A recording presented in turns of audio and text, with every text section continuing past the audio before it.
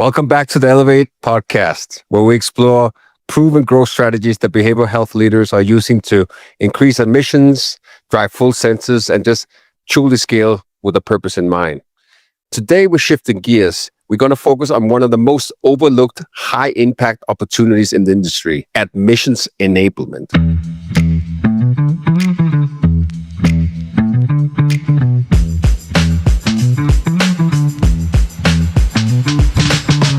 And joining us is somebody who's not just talking the talk. She's building it, auditing, architecting every single day. I am therefore very excited to introduce Amber, who is a seasoned behavioral health strategist with over 15 years of experience across admissions, marketing, clinical service, operations, now CMO, you name it. She holds an MA in counseling, has built admissions and BD systems from the ground up for several leading facilities.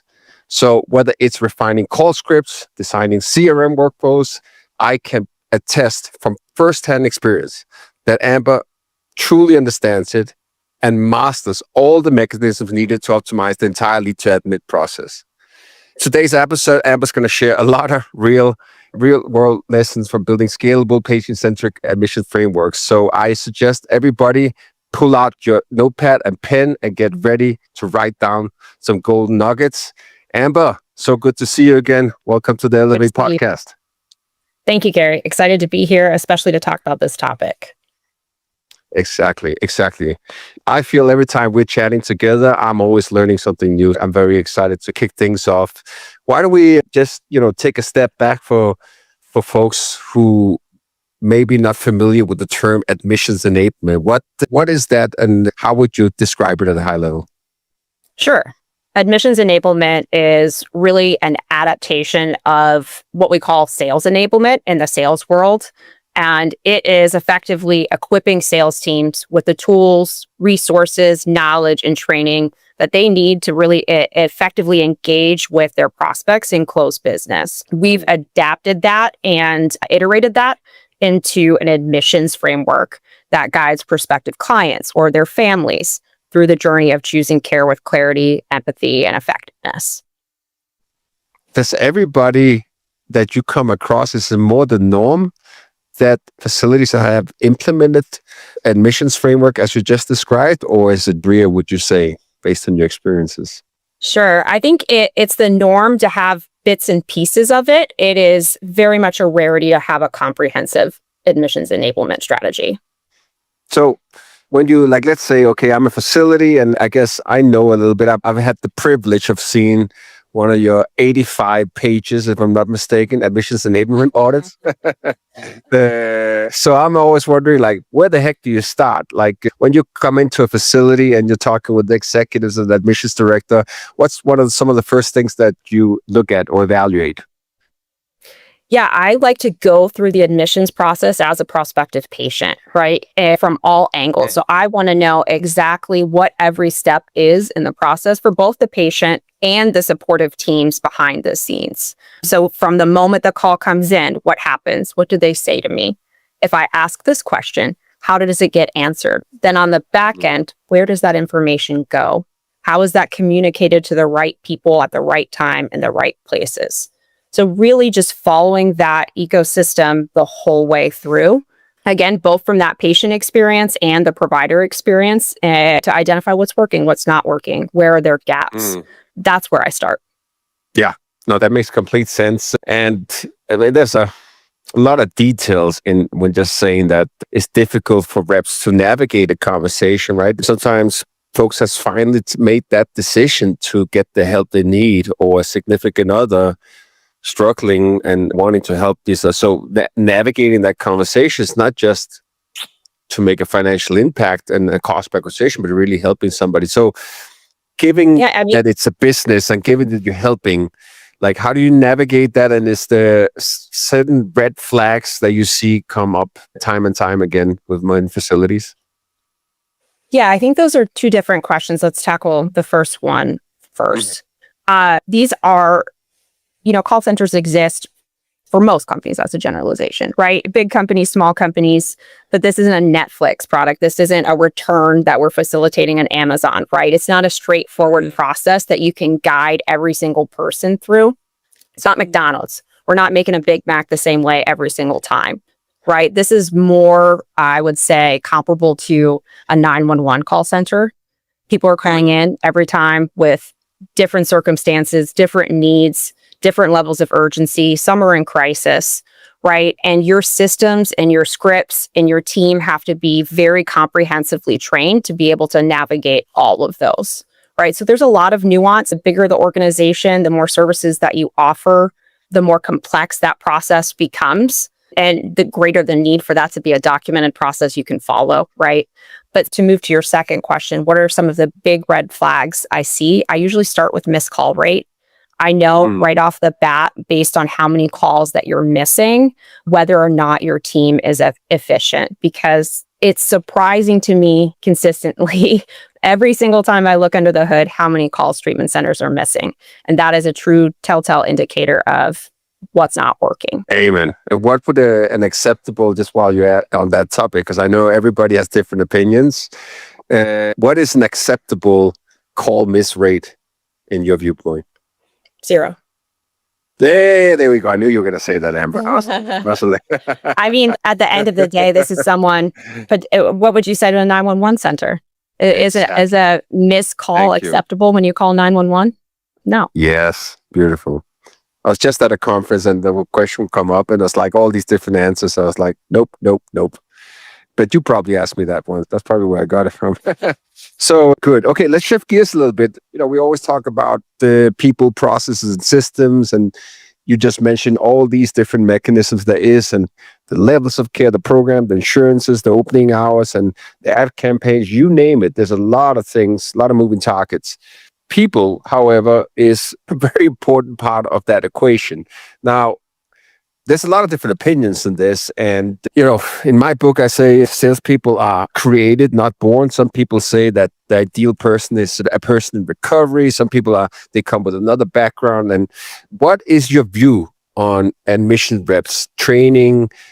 Are they born with it? Does talent, supersede a good playbook or training, or what's your thoughts on all that? I mean, I think if you compare that to any other set of raw skills versus someone who's put in the work and commitment and consistency to get better, do better, and do that consistently, the answer would be the same, right? Professional athletes, there's some level of raw talent that might exist there, but you're very rarely going to have a professional athlete walk in or someone walk in off the street, right, and outcompete a professional athlete regardless of how much raw talent they both have.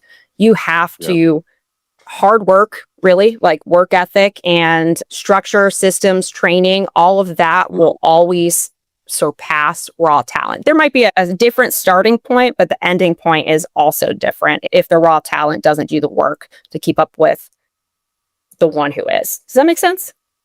Oh, absolutely. Makes complete sense. And, when saying that, I think many folks always disregard the effectiveness, success of the top performer. That person has been listening to calls from other reps. They've been understanding scenarios. They've been taking notes. They are prepared for the opportunity and very much prepared to handle the calls well. Yeah. So, and I know firsthand, I remember very surprised when I first came to learn you that I met some of your admissions reps, and one of them was a former school teacher. The other one was I can't remember, assistant manager at a restaurant. I was like, holy shit. She took these guys into Navy SEAL admissions reps, I would categorize them in. So I think if anybody listening in should be in doubt, people can certainly be trained with the right ingredients in mind. I mean, my own personal journey was very, very similar. I got plopped into these roles by accident just because someone saw potential in me, and I really had to quickly learn how to be successful in those roles. So absolutely. I love to hire people who are hungry over people who are skilled. I really don't care what your resume says. I want to know how hungry you are, what you want to grow into be, and whether or not you want to help people. And if that's what drives you, I'd love to work with you. That is the right ingredients, I would say. I almost want to segue because I'm curious, like if anybody else is wondering, like, how did you get into admissions? Like if we rewind the clock many, many years ago, and what was your first impression walking into an admissions team? Yeah, I'm almost a little embarrassed to admit this, but we can talk about it for sure. So I was working at the time in Tulum, Mexico, working for a sales team for an e-commerce business. And the role really wasn't working out. And to be honest with you, felt a sense of urgency to leave Mexico and get back to the United States, and just, blasting my resume on Indeed, and you get a call back for a clinical outreach position. And I had done a lot of what I considered clinical outreach in the mental health space for nonprofit sectors for years. So I thought I would know what that meant. And when I showed up for work, absolutely just flabbergasted at what that role meant in the substance abuse space. And then no less than maybe a month later, my boss called me and said, "Hey, I saw on your resume you have management experience. I don't have time to manage the admissions team. Can you be my admissions manager?" And then next thing I knew, I was thrown straight into the fire, and frankly shocked as I not only looked, within that current organization, but across the industry, trying to learn, what does it mean to be a good admissions manager? I couldn't find one, frankly. So that's where I started just learning where the gaps are in this space and working to solve them. Nice. Yeah. If you can't find a way, you create the way. Isn't that the saying, I think? Yes, sir. So speaking of creating a way, what does an ideal admission process or admissions flow look like at a high level, in your own words? I think that's incredibly bespoke to every company and every unique services that they may offer. But fundamentally, I answer the call in less than 15 seconds of initial ring time. That lead populates in my CRM. I have a consistent set of scripts I use to guide me through that call, documented in a knowledge base where I can quickly search the answers to my questions. I take the time to connect with that caller in a way that makes them feel heard and understood. And then I complete a thorough discovery, clinical and financial, and really determine if my organization can help them. If I believe that they can, then I run a quick VOB to confirm benefits and simultaneously submitting that to my billing team. And then I either have two options, right? Depending on my organization, I either schedule them for an admission in that call. Perfect world is a one call close, right? In every sales situation. But in a lot of times in the treatment space, it's not that straightforward, right? So the call ends with callback expectations, clear expectations on what happens next, when that's going to happen, and when you can hear from me next. And alternatively, if I can't help that person with my program, I'm able to provide them the resources and connect them to a program that can. Everybody who calls gets the help that they're looking for. Exactly. Quickly. Yes.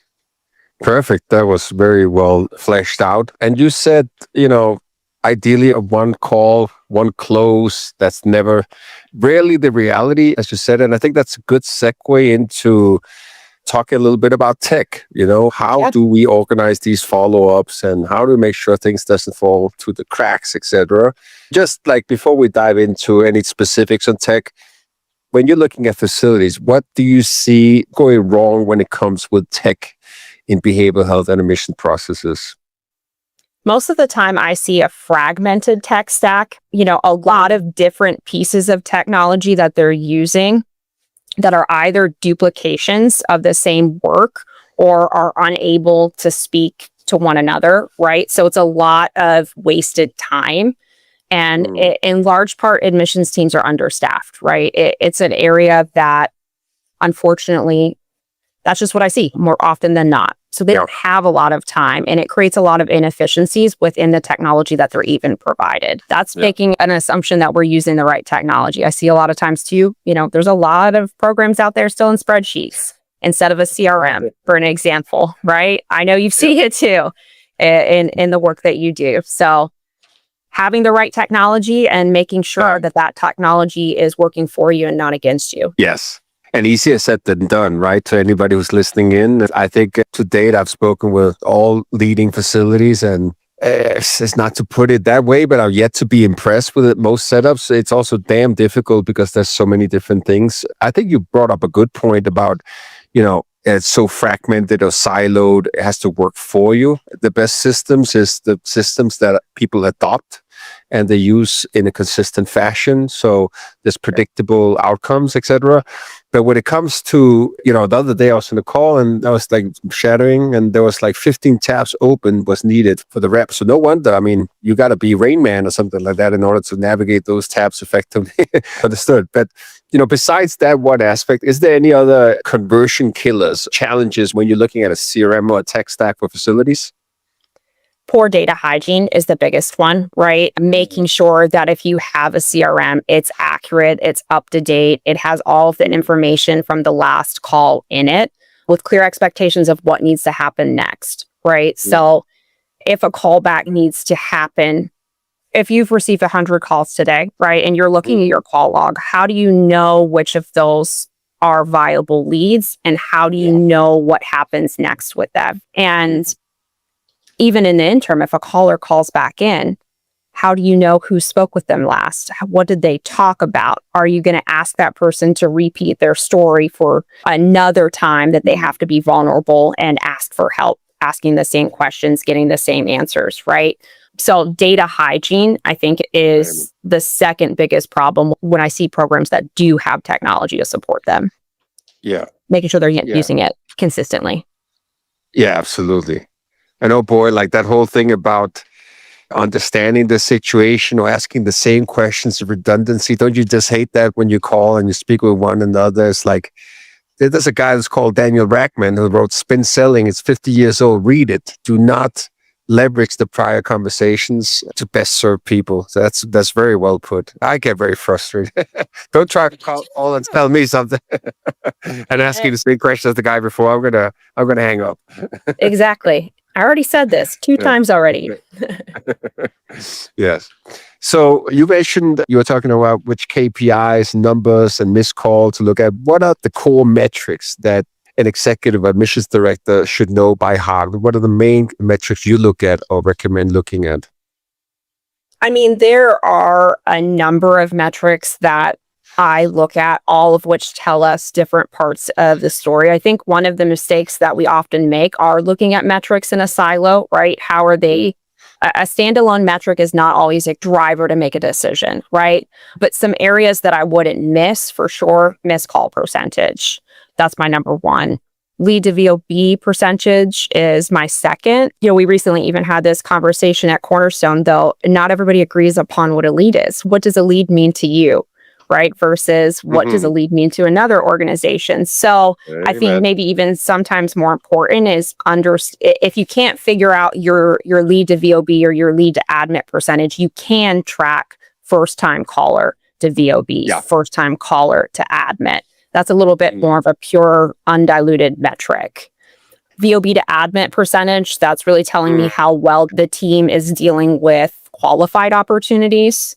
And then one of the biggest one that's most often overlooked is payer mix. What's the payer mix in my census?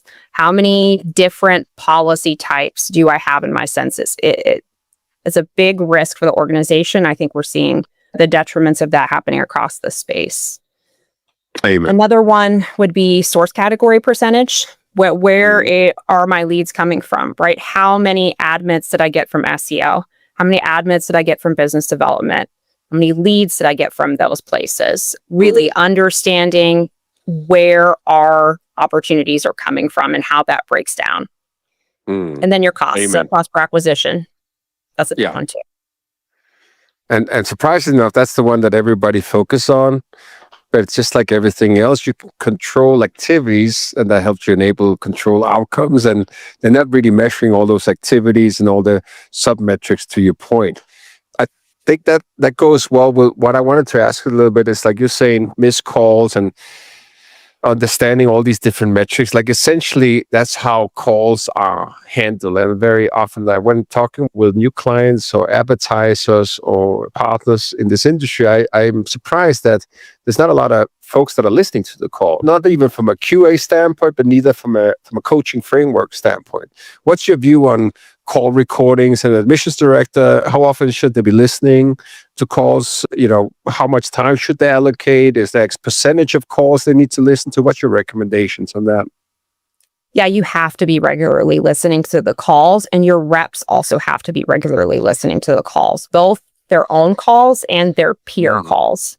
So I like to create a system where, in between one-on-one meetings with our reps, we have a required amount of calls that we just pick, and we have a checklist that we follow to see how they performed. Did they follow the script? Nice. Did they take the time to connect with the caller? Did they provide next steps in the call? Did they document all of that in the CRM? What questions were asked that the rep had difficulty answering? That goes into a knowledge base where we have objection handling, right? This objection was presented.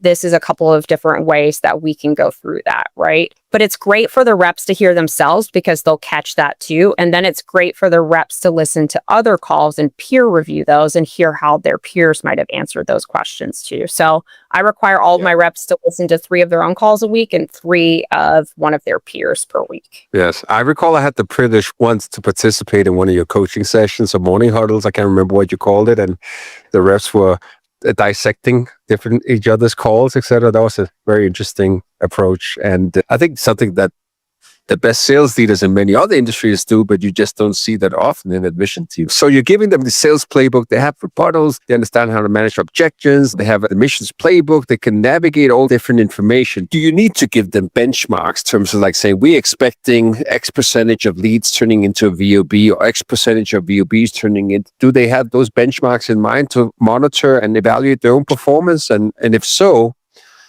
I know it varies from industry to levels of care to state, etc. But what would some high-level numbers, if you can come up with that, be? Yeah, I try to keep it pretty simple. 40% lead to VOB ratio. So if it's a qualified lead, I expect 40% of the time for that to turn into a verification of benefits. And from verification of benefits, the moment we run that, I expect 40% of the time for that to turn into a one deal.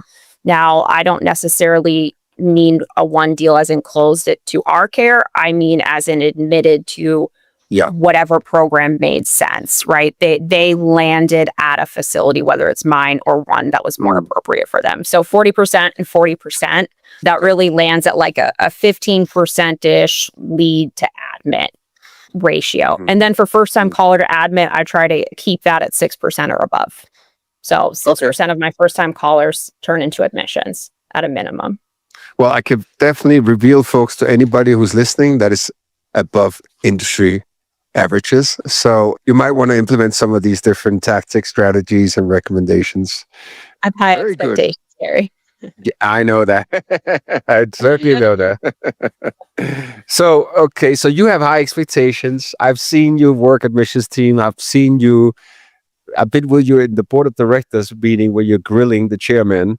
The expectations are high, right? How do you put that pressure on people and avoid them burning out? Because attrition and learning, teaching new people, that's also costly, and essentially it can lead to missed calls, etc. Right? How do you navigate that? Yeah, I mean, my expectations are high because the cost of failure is high, right? We fail to do our job here, it can literally mean the difference in life or death. So take that responsibility very seriously, and I try and help my team understand the responsibility that we carry, and I try to be very supportive. This is a hard job. It is a lot of pressure. Burnout, I think, is something that inevitably comes no matter how hard we try to avoid it.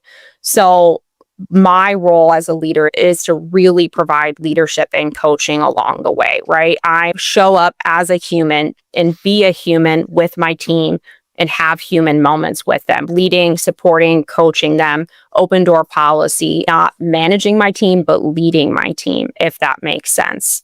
And on top of that, just being very clear about my expectations, very clear metrics, consistent and standard processes that they know how to follow, training to support it, automations where I can also provide it for them. Anything I can do to make their job easier from a technology standpoint helps remove some of that pressure.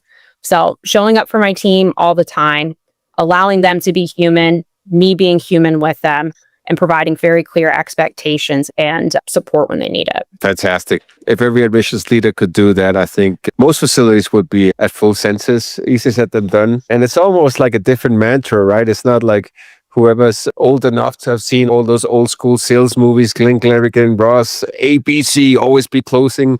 That's not the approach at all. And you got to attack it with all the different aspects you referred to. Now, you did say helping as a leader, being there as a person and coaching them, setting clear expectations. You mentioned automations also.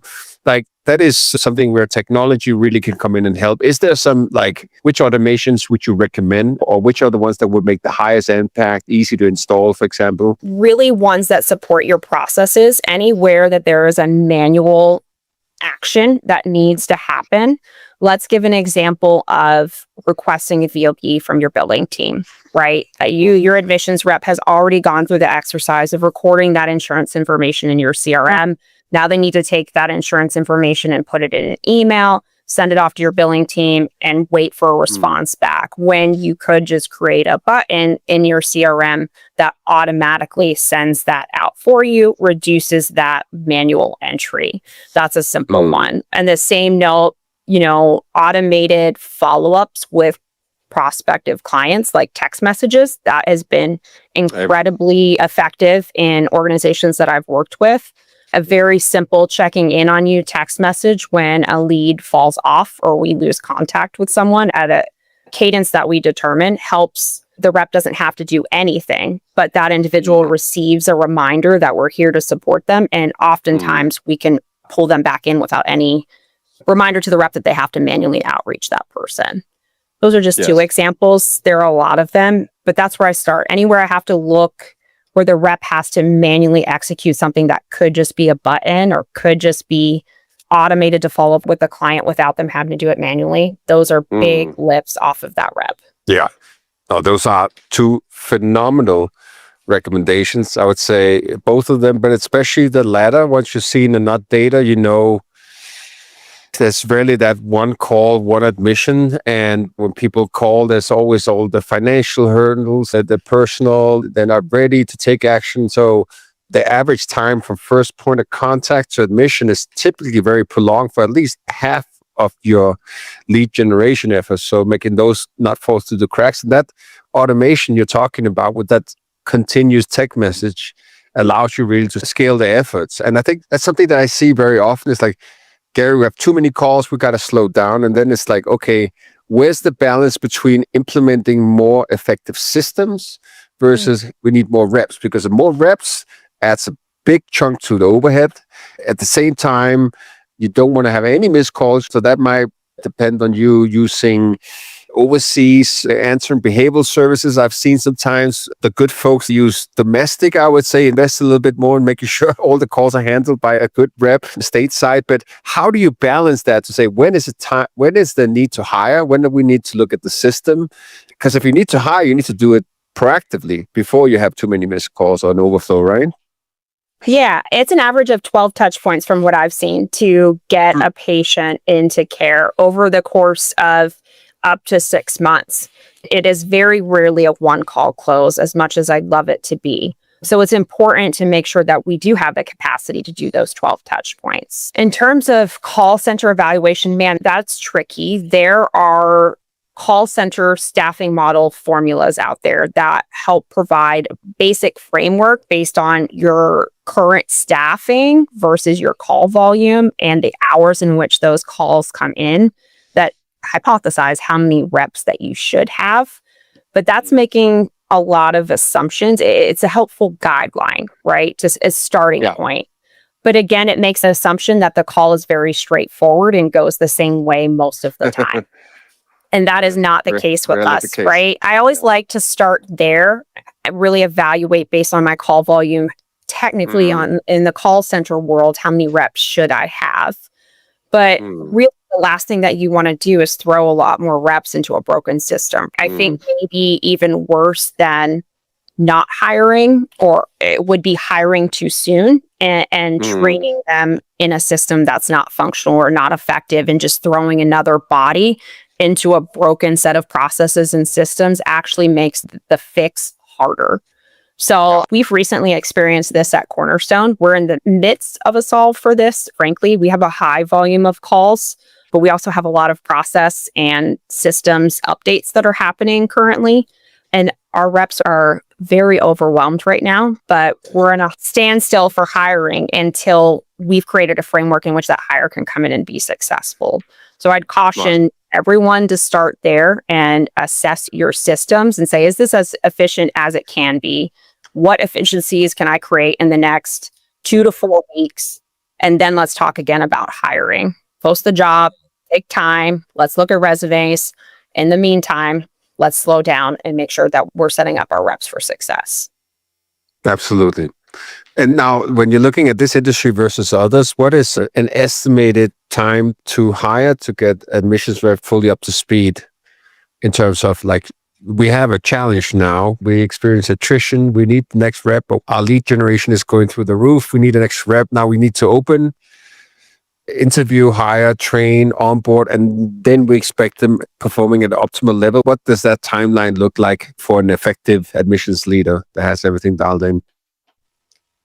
Yeah, so I would ideally love to be able to hire someone off of the street and put them in a call center system that supports them being able to answer calls that day, right? We're at a place with technology and AI, listening to your calls and identifying where the script should go next. That really is an achievable goal.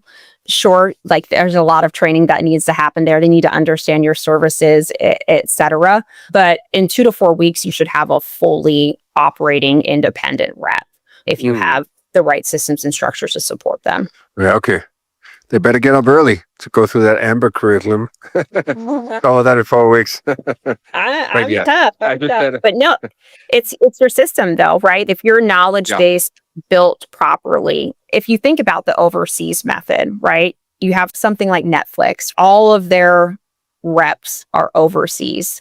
They're literally just put into a call center system that answers all of their questions for them. There is not this comprehensive on-site training where you're meeting everybody that works there and understanding the product. No, you're placed into a call center system that's been built to support the questions that are typically asked on the call and gives you the answers to provide them. It really can be that simple. Now, the execution of that, more nuanced skills like motivational interviewing skills, you want to see trying to move someone through the stages of change, that comes with training and time. But scripting, answering questions asked, very quick if you have the right system. Yeah. Hit the ground running and then develop with coaching from there. And then after 4 weeks plus up and running fully. That's an ideal timeline, I would say. So you mentioned a couple of things there, how folks in other industries are doing it. And, you know, you hit the info the first day and Netflix overseas. You mentioned AI. And I think everybody knows how much transformation is occurring currently. What does high performing admissions teams look for you like in the future? If you say like 12 months from now, what are you predicting? 12 months from now, what am I predicting? That's a tough one. It's evolving faster than I can keep up with, I think. But, you know, I think first and foremost, high performance admissions teams will always prioritize helping people first, not hitting a number. Everything else, regardless of the technology, regardless of the situations, regardless of AI, if they focus first and foremost on helping and engaging the individual that they're on the call with, truly meeting them where they are, they will be successful. And I think secondarily that the teams are representing a good service, right? They're actually selling a product that makes sense. They're offering a real solution to the problems that are being presented, not just trying to get an admission to the program they work at. Those are two very different things, right? Good, high-performing admissions teams, regardless of everything else, have to know when to say no to a patient. My program is not the right program for you, but I can help you find another one, and not just jamming people in. They will be successful. Amen. So I think that when you're saying not just jamming folks in, etc., I think that could be done for a million different reasons. When I'm listening to calls or listening to behavioral health executives, I think a big part of that is probably contracts, the payer mix, the policies, etc. How do you see that evolving, and how will that impact admissions teams? What should they prepare for? I just did a LinkedIn post on this saying that I think that we're 2 minutes to midnight on a market correction here. I think there's a lot of speculation about where this is going, borderline conspiracy theories about this right now. Politics aside, the big, beautiful bill that just passed has real implications for this space and what it means for Medicaid, what it means for Marketplace, what it means for commercial insurance. And whatever happens there will have an impact on our space. So really, what behavioral health executives need to be doing right now is ensuring that they have a diverse payer mix so that whatever these changes are, regardless of what they are, you don't have 100% or even 50% of your census disappear overnight, or 50% of your lead base disappear overnight, right? And you need to be, when the reps are on the phones, the other big challenge is the pervasiveness of fraud in this space, which is also driving some of these changes. Your reps need to be doing the due diligence to confirm the legitimacy of policies, right? If they have a Marketplace policy, do they have a proof of address? How did they get that policy? Did someone sign them up for it, right? No proof of address, no admission. And you have to have the stomach to say no to admissions if you don't feel like you're bringing in a legitimate admission. And then strong documentation of that, right? So that you're prepared when inevitably a payer will come knocking at your door for an audit. It happens to all of us. Yes. So many details there I wish everybody would take note of. So important, not just for the industry, but for the long-term sustainability of the good facilities that don't get caught up in an audit and unfortunate situation where it's just essentially trying to do their best. So it's difficult. There's a lot of things to take note of there. Of all those things you mentioned, and we've talked about so many topics, and it's probably hard to boil it down into just the 2 takeaways. But if there was like a message you could give to behavioral health leaders about what to focus on tomorrow, on the admissions process, the team, the systems, what would that be in few sentences? Know your customer journey, know exactly what it looks like for someone to reach out to your team and how they get connected to care. Build a tech stack that supports that process and makes your team's job easier, not harder. Measure what matters. Pick a few metrics to start with and make sure that you have clean, consistent processes and data to measure it and see where you are. And then last, but probably most importantly, let the main thing be the main thing. We're here to help people. Your admissions team is a lifeline. Let their first and most important job be to help people, not to necessarily hit those metrics, right? At the end of the day, if we've missed our admissions target because we spent an extra few hours on the phone making sure someone got connected to care, we accomplished what we set out to do today. Make sure the main thing is the main thing. Very well said. And a lot of things there to implement, I would say. So just maybe wrapping things up, like we spoke a lot about all the systems, the people element, the policy to be aware of, a lot of the red flags. Certainly there's a lot of things folks can go back to the organization and implement, apply. With all that said, if I gave you a magic wand right now and you would say, okay, I want to solve this one thing, that just this one thing of our industry could change, what would that be? Ooh, that's a hard one. I think I would start with missed calls. I want to make sure every single person that has taken the hardest step, that is reaching out and desperate, asking for help, they get connected with someone who truly and meaningfully wants to help them, not a voicemail and not a unreturned phone call back, right? I want people to feel heard and understood and connected when they reach out and they take that hard step. Yeah, fantastic. I share your wish on that, especially in when you've seen the flip side, and there's a lot of obviously varies from organizations, but when you look at the big data set and see how many of these missed calls that unfortunately don't turn into an admit, either with your own facility or elsewhere, just because they never got to it or it's too late, then it's a matter of life and death. But besides the financials, it's really, really, really important metrics. Yeah. It's currently, SAMHSA has it as 7 out of 10 people who reach out for care do not get connected to care in our current industry as it is today. So 70% of the people who ask for help don't get it. That's a sad metric. Wow. That is mind blowing. 70%. I mean, that sink in for a moment. And yeah, we say about empty beds, right? Why do we have so many empty beds? But 70% of people who are looking for a bed don't get one. It's crazy. Wow. Mind blowing. Absolutely.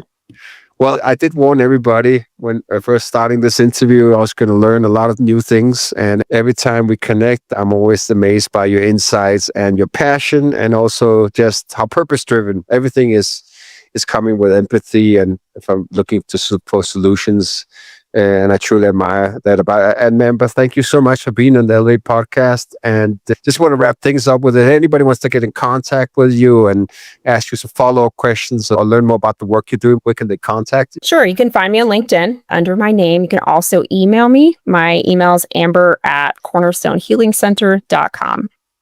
Love to connect. Fantastic.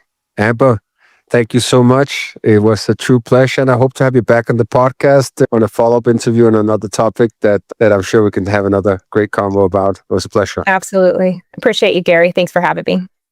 Likewise. If you want to help us transform this industry, please hit subscribe, share this episode with somebody who needs to hear it, and let's together keep building a stronger behavioral health industry. This is Gary Garth, and you've been listening to the Elevate podcast. See you in the next episode.